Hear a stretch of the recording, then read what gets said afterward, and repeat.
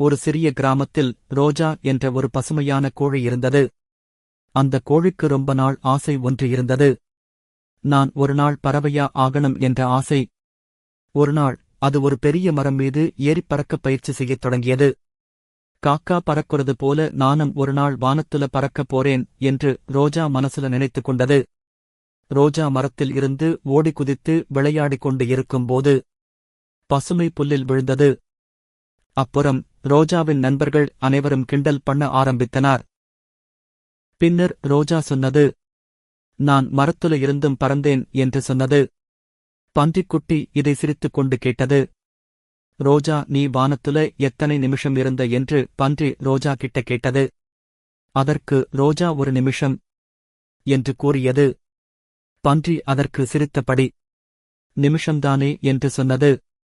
அந்த நாளிலிருந்து ரோஜா பறக்கும் கோழி என கிராமத்தில் பிரபலம் ஆகிவிட்டது.